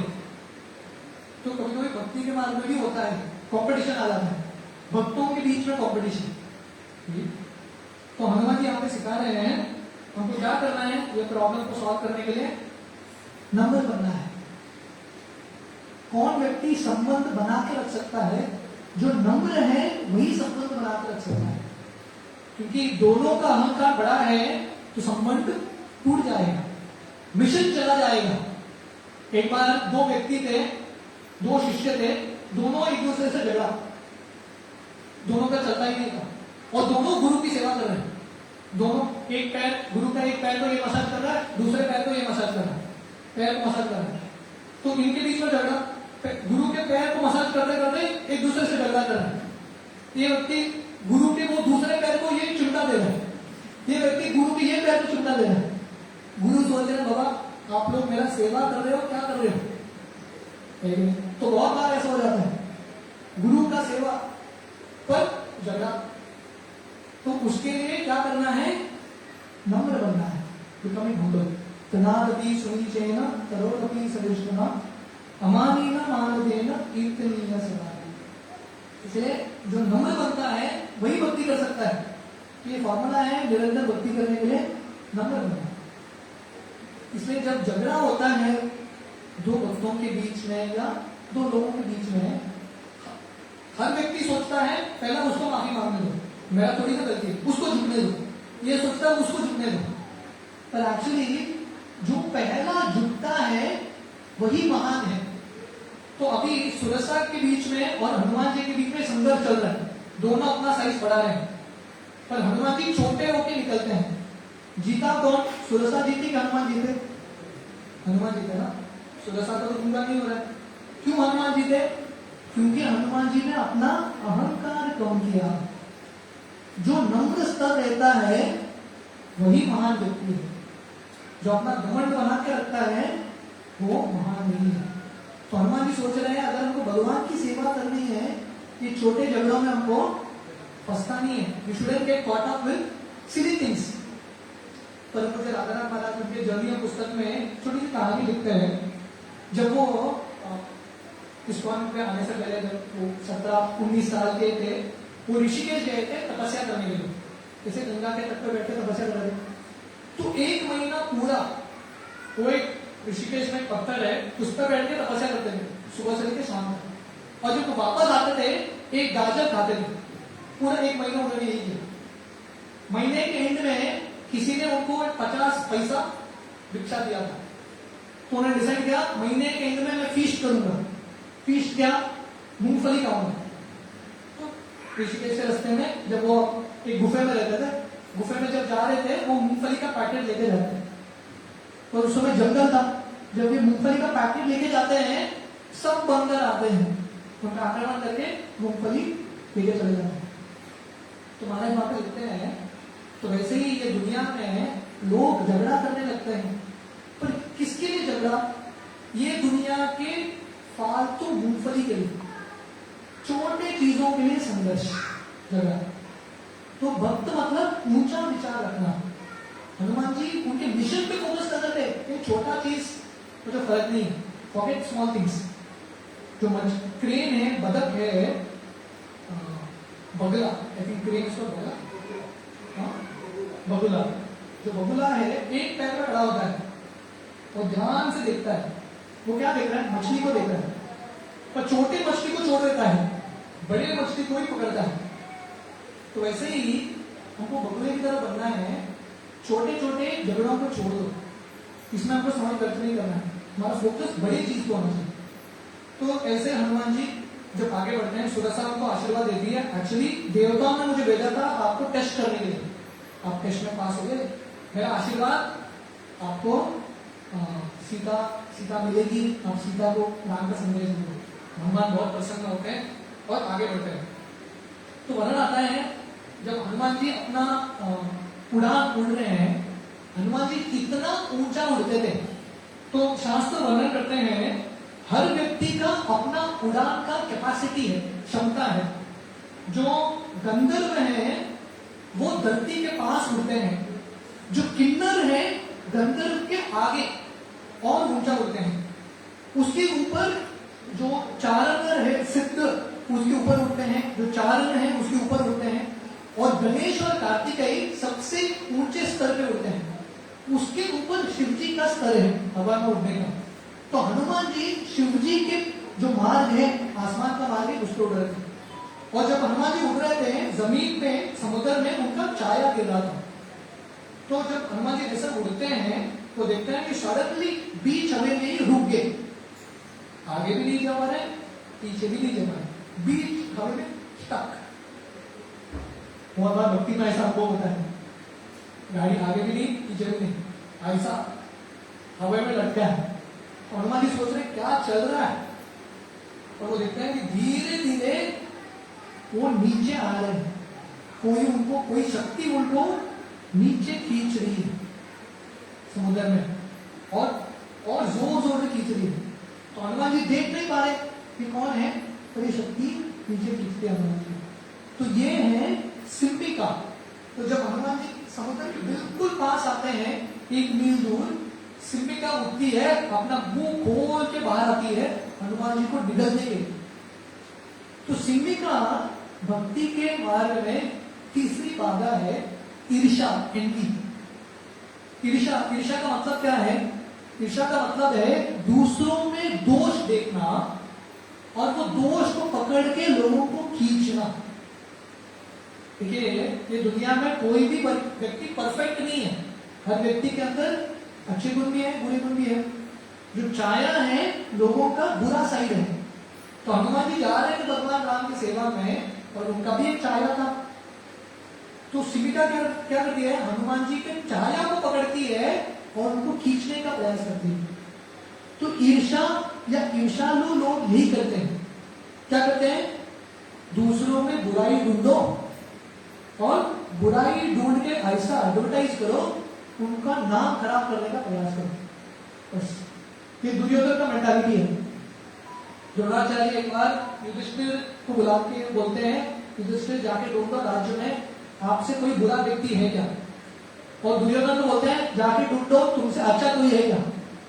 दुर्योधन जल्दी जल्दी आता है और बोलता है मैंने ढूंढ लिया, मेरे से अच्छा कोई नहीं, मैं ही नंबर 1। और युधिष्ठिर भी जाते हैं, वही लोगों को देखते हैं, same set of people. Yudhishthir बोलते हैं मेरे से बदतर कोई नहीं, मेरे से बुरा कोई नहीं, मैं ही सबसे बड़ा बुरा। क्यों? क्योंकि युधिष्ठिर ने अलग चश्मा पहना था, दुर्योधन ने अलग चश्मा पहना था। दुर्योधन के पास चश्मा था दोष ढूंढने का, स्कैनिंग मशीन, जिसमें भी देखता था दोष ढूंढता था। पर वो चश्मा में स्वयं को नहीं देख सकता, दूसरों को ही देख सकता है। स्वयं के अंदर कोई दोष ही नहीं दिखा, बाकी सब में दोष। और युधिष्ठिर ने चश्मा पहना था दूसरों में अच्छा ही देखने का। तो हम सबके पास चुनाव में हम क्या करना चाहते हैं? दूसरों में बुराई देखना चाहते हैं कि अच्छा देखना चाहते हैं? तो सीधी का हनुमान जी में भी इतने महान भक्त हैं, उनमें भी दोष ढूंढती है और उनको खींचने का प्रयास करती है। जैसा हरिदास ठाकुर को रामचंद्र कांत गिराने का प्रयास करता है, हरिदास ठाकुर में दोष ढूंढता है। तो ऐसे सिंधिका जब खींचने का प्रयास करते हैं, हनुमान जी समझ जाते हैं और हनुमान जी को लगता है अभी मुझे कुछ करना पड़ेगा। तो हनुमान जी एक्साइटेड होते हैं। तो जब उनके जिंदगी में कठिनाई आती है, हनुमान जी का एक्साइटमेंट और बढ़ता है, एडवेंचर। तो जिंदगी में जब कष्ट आते हैं, हम इधर रो सकते हैं या हम उसको एडवेंचर के रूप में दे सकते हैं। तो हनुमान जी अपना हाथ आगे करके छोटा बन के सिंधिका के मुख में प्रवेश करते हैं, सीधा अंदर जाके उनके जो फेफड़े हैं सब फाड़ देते हैं, पेट फाड़ देते हैं और बाहर आते हैं और सिंधिका का। तो जैसा बता रहा था, ये जो ईर्ष्या है इसका भगवान की सेवा में कुछ रोल ही नहीं है। ये ईर्ष्या को समाप्ति करना है। ईर्ष्या के साथ हम भगवान की भक्ति नहीं कर सकते। इसलिए भागवतम की शुरुआत में ही वर्णन आता है, जो जिन भक्तों के पास ईर्ष्या नहीं है वही लोग भागवतम समझ सकते हैं। और गीता में भी कृष्ण बोलते हैं अनुसूया, जिनके पास ईर्ष्या नहीं है वही भगवान की भक्ति कर सकते हैं। तो ये हनुमान जी के चलान में ये अलग अलग अड़चन आते हैं और ये सबको पार करते हुए हनुमान जी फाइनली लंका पहुंचते हैं। उनका फ्लाइट लंका में लैंड करता है। तो ये पहला ओरिजिनल एयरलाइन है, Hanuman airline, Rameshwaram to Lanka non stop. जब हनुमान जी लंका में लैंड करते हैं, उधर पैर रखते ही ठाड़ करके कोई उनको लात मारता है। हनुमान जी सोच रहे हैं बाबा भक्ति तो डेंजरस मार है, यहाँ तो प्रॉब्लम समाप्त नहीं होते। एक के बाद एक बार राधानाथ स्वामी महाराज एक प्रवचन दे रहे थे। प्रवचन के अंत में उनके एक वरिष्ठ गृहस्थ शिष्य है आनंद वृंदावन प्रभु, आप सब लोग शायद जानते होंगे, स्टॉक एक्सचेंज में काम करते हैं आनंद। तो हर बार उनका एक प्रश्न रहता है, तो प्रश्न हाथ ऊपर करके प्रश्न पूछते हैं। तो महाराज को बोलते हैं महाराज बहुत बार क्या होता है, मेरी जिंदगी का अनुभव, उनकी जिंदगी का अनुभव बता रहे हैं, एक समस्या समाप्त नहीं होता दूसरा आता है। हमको लगता है कि ये समस्या सॉल्व होगा, भक्ति करेंगे, पर वो सॉल्व होने से पहले तीसरा आता है, एक के बाद आता रहता है। कभी तो 10 एक साथ आते हैं, भक्ति कर ही नहीं पाते, क्या करें? तुम्हारा उत्तर देके बोलते हैं इसका मतलब है आपकी जिंदगी में समस्या कम है। तो बोलते हैं जब समस्या इतना आएगा आप सोचेंगे नहीं, आपके घुटनों पे गिर के आप भगवान को रोएंगे, बस तब तक भगवान समस्या देंगे। तो हनुमान जी पहुंचते हैं, इतना संघर्ष लेके लंका पहुंचते हैं, सडनली कोई उनको लात मारता है। तो हनुमान जी सोचते हैं बहुत स्पिरिचुअल वॉरियर का जिंदगी, भक्तों का साधकों का जिंदगी इतना आसान नहीं है। तो हनुमान जी उठते हैं, ये व्यक्ति से झगड़ा करने के लिए तैयार, और वो देखते हैं कि सामने कोई है ही नहीं, एक धुआं है। हनुमान जी सोच रहे कौन है ये, मुझे मारा है। सडनली उनके सामने से यमराज मृत्युदेव आते हैं और हनुमान जी को देख के मृत्युदेव बोलते हैं हनुमान जी मुझे माफ करो, बाय मिस्टेक मैंने आपको लात मार दिया, पर मैं क्या करूं, रावण ने मुझे बंदी बना के रख दिया। तो रावण का इतना शक्ति था, यमराज को उसने बंदी बना दिया लंका में, और एक पर्वत के ऊपर उनको खड़ा कर दिया, और यमराज को बोला जो भी लंका में आएगा उसको लात मार के मार दो। तो परफेक्ट सिक्योरिटी अरेंजमेंट रावण ने किया था। तो यमराज बोलते हैं मुझे पता नहीं था आप हैं वायु के पुत्र, और आपको तो एनीवे आशीर्वाद है कि आपको मृत्यु तो नहीं होगा, पर मैं क्या करूं, रावण ने बंदी बना दिया मेरे ऊपर, उसने रुद्र मंत्र का जप किया है और मैं यहाँ फंस चुका हूं। हनुमान जी एक बार हाथ लगाते हैं यमराज को और उसका रुद्र मंत्र का जो चेन है वो टूट जाते हैं, और यमराज बोलते हैं मेरा आशीर्वाद है जो भी आपका स्मरण करेगा वो मृत्यु से बच जाएगा, उसकी मृत्यु का भय नहीं होगा, आपका जो भक्त है उनकी मैं रक्षा करूंगा। और यमराज तुरंत चले जाते हैं रावण देखने से पहले, क्योंकि रावण देख लिया तो फिर से बंदी बना देंगे, यमराज चले जाते हैं। और जब हनुमान जी लैंड करते हैं लंका को, जो उत्तर दिशा में दो पर्वत थे, दो शिखर थे, लंब और सुबेल, ये पर्वत पे हनुमान जी का लैंडिंग होता है, महेंद्र पर्वत से लंब और सुबेल पे। और हनुमान जी यमराज तो चले गए, अभी हनुमान जी अंदर लंका के अंदर प्रवेश कर रहे हैं, और जब वो चल रहे हैं लंका में, वो उनको एक बहुत धीमी एक आवाज सुनाई देता है। वो सोच रहे आवाज कहां से आ रहा है, वो जब ध्यान से सुनते हैं तो समझ आता है गुफा है, गुफे के अंदर से आवाज आ रहा है। तो हनुमान जी वो गुफे के अंदर जाते हैं और देखते हैं कि एक व्यक्ति उल्टा लटकाया गया है एक व्यक्ति को, और वो गुफे का जो वॉल है, दीवार है, उसकी तरफ देख के वहां पे लटक रहा है और चिल्ला रहे हेल्प मी बचाओ मुझे। तो हनुमान जी उसको बचा लेते हैं और उसका चेहरा घुमा के देखते हैं कौन है वो, शनिदेव। तो रावण ने शनि को भी बांध दिया उधर, क्योंकि शनि का दृश्य जिसपे गिरेगा उसका तो हरिबोल हो जाता है जिंदगी में, कष्ट ही कष्ट। तो रावण का इच्छा था शनि का जो बुरा दृश्य है मेरे पे और लंका पे नहीं गिरना चाहिए, ऐसा लटका के रख दिया, शनि देख रहा है लंके के वो गुफे की दीवार को। तो शनि इतना प्रसन्न होता है, हनुमान जी आपने मुझे बचाया, मेरा आशीर्वाद है जो भी आपके भक्त हैं उनको कभी शनि का पीड़ा होगा ही नहीं, इसलिए हमको ये विश्वास होनी चाहिए। बहुत बार जब वो मुक्ति करते हैं एस्ट्रोलॉजर के पास जाते हैं, ज्योतिष के पास, बोलते साढ़े साथी हो गया, शनि का दोष है, ये यज्ञ करो वो यज्ञ करो, अरे बाबा हनुमान जी की भक्ति करो, हनुमान जी से प्रार्थना करो, शनि का प्रभाव हो ही नहीं सकता। तो शनि, यमराज तो चले गए, पर शनि बोलते मैं यही रुकूंगा, आप सीता को संदेश लेके आओ और मुझे बताओ किस दिशा में देखना है, उसी दिशा में मैं देखूंगा। तो शनि भी बहुत बुद्धिमान है, रावण को सबक सिखाएंगे। तो इन दोनों का उद्धार करके जब हनुमान जी लंका के अंदर प्रवेश कर नहीं रहे थे, लंका के आउटस्कर्ट में थे, तो हनुमान जी देखते हैं लंका का नगरी कितना सुंदर था, इतना सुंदर।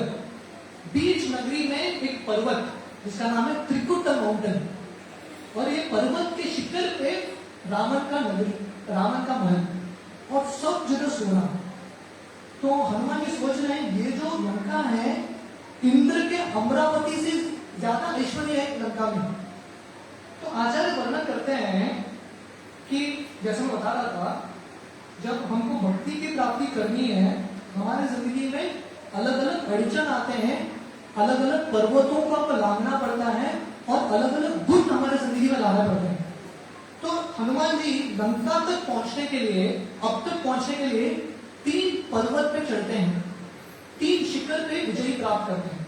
तो पहला मैंने आपको बताया था, रामेश्वरम के तट पे आने से पहले एक पर्वत पे चढ़ते हैं, और वो पर्वत पे उनको एक गुफा मिलता है, स्वयं प्रभा का गुफा, और वो गुफा में प्रवेश करके स्वयं प्रभा की कृपा मिलती है और वो गुफे से बाहर आते हैं।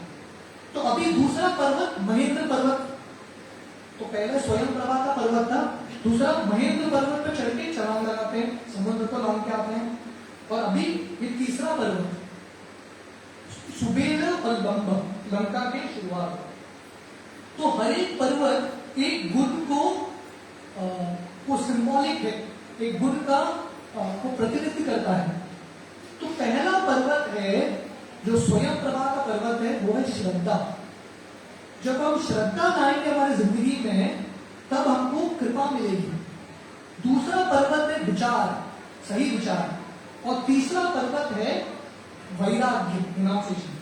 तो हम देखते हैं कि जब हनुमान जी ये स्वयं प्रभा के पर्वत पे गुफा में पहुंचने से पहले वन में चले गए थे, वन के मार्ग से चल रहे थे सब बंदर, और इतने भूखे थे, प्यासे थे, 2 महीने से चल रहे हैं।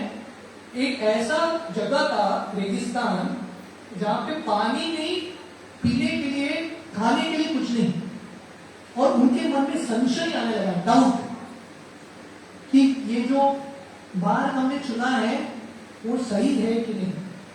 तो हमारी भक्ति के मार्ग में संशय आता है, डाउट, और ये डाउट को दूर करने के लिए क्या कुछ चाहिए? श्रद्धा। तो जब श्रद्धा को चुनते हैं हनुमान जी, स्वयं प्रभा की गुफा में प्रवेश करते हैं, स्वयं प्रभा उनको कृपा देती है। तो जब हम श्रद्धा के मार्ग के अनुसार चलते हैं, स्पेशली डाउट के बावजूद, जब हमारे मन में डाउट्स आते हैं उसके बावजूद श्रद्धा रखते हैं, तब हमको कृपा मिलता है। जब कृपा मिलता है तब हम दूसरा जो शिखर है वो चढ़ने के हमारे पास क्षमता होता है, और वो दूसरा शिखर है महेंद्र पर्वत, और ये महेंद्र पर्वत है विचार। तो जब हनुमान जी महेंद्र पर्वत के शिखर पे थे, सामने उनका क्या था? बहुत बड़ा समुद्र। ये समुद्र क्या है? हमारे आसक्तियां, हम सबकी जो आसक्तियां हैं दुनिया में एक समुद्र की तरह है, हमको बांध के रखती है। ये समुद्र को हम पार कर ही नहीं पाते, ये आसक्तियों के सागर को हम पार नहीं कर पाते। तो ये आसक्तियों के सागर को पार करना है तो क्या चाहिए? सोच, विचार। इसलिए श्री प्रभुपाद बोलते थे, इसका क्या है? सिंपल लिविंग, हाई थिंकिंग, ऊंचा सोचने के लिए। अहनि अहनि भूतानि गच्छति हिमालयम शेष स्थावर मिच्छन्ति किम आश्चर्य अतःपरम। जब यक्ष युधिष्ठिर को पूछते हैं सबसे बड़ा आश्चर्य चीज क्या है, युधिष्ठिर तुरंत बहुत बुद्धिमान उत्तर देते हैं, क्योंकि सोच रहे हैं। बोलते हैं सबसे बड़ा आश्चर्य की चीज है, इतने सारे लोग मरते हैं पर जो जीवित है उनको लगता है हमारा मृत्यु कभी नहीं होगा। इसलिए मनुष्य जिंदगी मिला है सोचने के लिए, अतः तो ब्रह्म जिज्ञासा, ऊंचा विचार करने में। तो जब हमारा विचार ऊंचा होगा तब क्या होगा? हमारे आसक्तियों से पार हो सकते हैं, ये आसक्तियों के समुद्र को हम लांघ सकते हैं। तो जब हनुमान जी आसक्तियों के सागर को लांघ के लंका पहुंचते हैं, लंका में क्या दिखता उनको? अद्भुत नगरी, इतना ऐश्वर्य, इतना समृद्धि, इतना चकाचौंध है लंका, कोई भी व्यक्ति वहां पे आकर्षित हो जाता है। पर हनुमान जी, उनके पास वैराग्य था। तो हमको अगर प्रलोभन से बचना है तो हमको वैराग्य कल्टिवेट करना पड़ेगा। एकदम यौवन पुत्र परिजन इति के आचे परती रे कमल दल जल जीवन तलमल भजो हरि पदा नीति। तो गोविंद दास उनके भजन में बोलते हैं, एकदम यौवन पुत्र परिजन, ये जो धन है, सुंदरता है, पुत्र है, बच्चे हैं, परिवार है, ये सब क्या है? कमल दल जल जीवन तलमल। ये कमल के दल के ऊपर, कमल के पत्ते के ऊपर पानी का बूंद है, देखते देखते फिसल जाए। बुद्धिमान व्यक्ति क्या करता है? भजो हरिपदा नीते आब्रह्म स्तंभ पर्यंतम सर्वं मायामयम जगत सत्यम सत्यम पुनः सत्यम हरे नामैव केवलम। तो ये वैराग्य हमको कल्टिवेट करना है। दुनिया जितना भी बहुत सुंदर लगे, फर्स्ट क्लास लगे, हमको ये समझना है आस्तंभ पर्यंत, आब्रह्म स्तंभ पर्यंतम सर्वं मायामयम जगत, ये सब माया में नगरी है। जब हनुमान जी वर्णन आता है, जब हनुमान जी सोने के लंका को देखते हैं, हर एक घर के ऊपर एक शिखर था, सोने का शिखर। जैसे मंदिर के ऊपर शिखर है, मंदिर के ऊपर शिखर है, मतलब वो शिखर के नीचे भगवान है, विग्रह है। तो वैसा लंका में हर एक घर के ऊपर शिखर था। उसका मतलब हर शिखर के नीचे विग्रह है, एक देवता है। कौन से देवता? शरीर देवता। तो लंका में भी सब पुजारी थे। किसके पुजारी? अपना शरीर का पूजा। हर व्यक्ति दुनिया में पुजारी है, भगवान का पूजा नहीं करते, अपना शरीर का पूजा। 1 घंटा आईना के सामने लगा के मेकअप करते रहो, भगवान का श्रृंगार करने का समय नहीं, स्वयं का श्रृंगार करते रहो। पर प्रॉब्लम क्या है? जो शरीर के देवता का आराधना करता है, क्या होगा? जल जाएगा। इसलिए हनुमान जी लंका को जलाते हैं और बोलते हैं जो भी शरीर के देवता शरीर का पूजा करेगा उसका अंत क्या है, डिस्ट्रॉय। तो जब हनुमान जी को सिखा रहे हैं, जब हम श्रद्धा के पर्वत पर चढ़ते हैं तब हमको कृपा मिलता है, जब कृपा मिलता है तब हमको बुद्धि आता है, ऊंचे विचार आते हैं, जब ऊंचे विचार आते हैं तब हम हमारे जो आसक्तियों के सागर को पार कर सकते हैं। जब हम आसक्तियों के सागर को पार करेंगे तब वैराग्य आएगा और वो वैराग्य से हम फोकस कर पाएंगे भक्ति पे। तो हनुमान जी इस तरह से 3 शिखर को लांघते हैं, स्वयं प्रभा का शिखर, महेंद्र पर्वत का शिखर, अभी लंब सुवेल का शिखर, और उनके सामने 4था शिखर दिख रहा है त्रिकुट पर्वत, जहां पे रावण निवास करता है। ये 4था सबसे कठिन शिखर है। वो क्या है, अहंकार। रावण किसका प्रतिनिधि है, अहंकार का। देखो रावण का दुर्भाग्य, जो भक्ति को ढूंढने के लिए हनुमान जी इतना छलांग लगा के आए हैं, वो भक्ति रावण के पास है, सीता के पास, सीता रावण के बिल्कुल पास है, पर रावण पहचान नहीं पा रहा है। He is not able to recognize. पश्यन्नपि न पश्यति, देख रहा है फिर भी पहचान नहीं पा रहा है। क्यों? अहंकार का पर्दा, अहंकार का दीवार। जितना ये अहंकार का दीवार रहेगा, सामने भगवान रहेंगे फिर भी हम पहचान नहीं पाएंगे। We will not able to see God. Srila Prabhupada एक बार प्रवचन दे रहे थे और प्रभुपाद बैठे थे और सामने दिख रहे थे। एक व्यक्ति खड़ा होकर प्रभुपाद को पूछता है, प्रभुपाद भगवान को देखा है क्या? प्रभुपाद बोल रहे भगवान दिख रहे हैं सामने, तू बीच में आ रहा है, तू बैठ जा, भगवान दिखेंगे। तो ये अहंकार बीच में आता है, इसमें भगवान हमको दिखते नहीं है। तो ये प्रॉब्लम है, रावण भक्ति को रिकॉग्नाइज नहीं करता है। अहो दुक्कम महादुक्कम दुक्का दुक्कतरम यतः काचरतम विस्मृतम रत्न हरिर नामैव केवल। तो सबसे बड़ा दुख, दुखों में से सबसे बड़ा दुख क्या है? रत्न, भक्ति का रत्न है, हरिनाम का रत्न है, पर हम उसको पहचान नहीं पाते। रावण अलग अलग धन के पीछे भाग रहा है, सोने के लंका के पीछे भाग रहा है, जो जलने वाला है, राख होने वाला है। वो जो असली धन है भक्ति का, उसके पास है, फिर भी उसको समझ नहीं। इसलिए भक्तों की कृपा लगती है। जब तक भक्त की कृपा नहीं होती तब तक ये अहंकार कम नहीं होगा और भक्ति नहीं होगी। तो आई थिंक तो यहाँ पे आप विश्राम देंगे। तो इसका जो आगे का कथा है हम कल सुबह भागवतम क्लास में देंगे, टुमारो की। तो आपका बहुत बहुत धन्यवाद, हमारे इतने ध्यान दिया। हरे कृष्ण।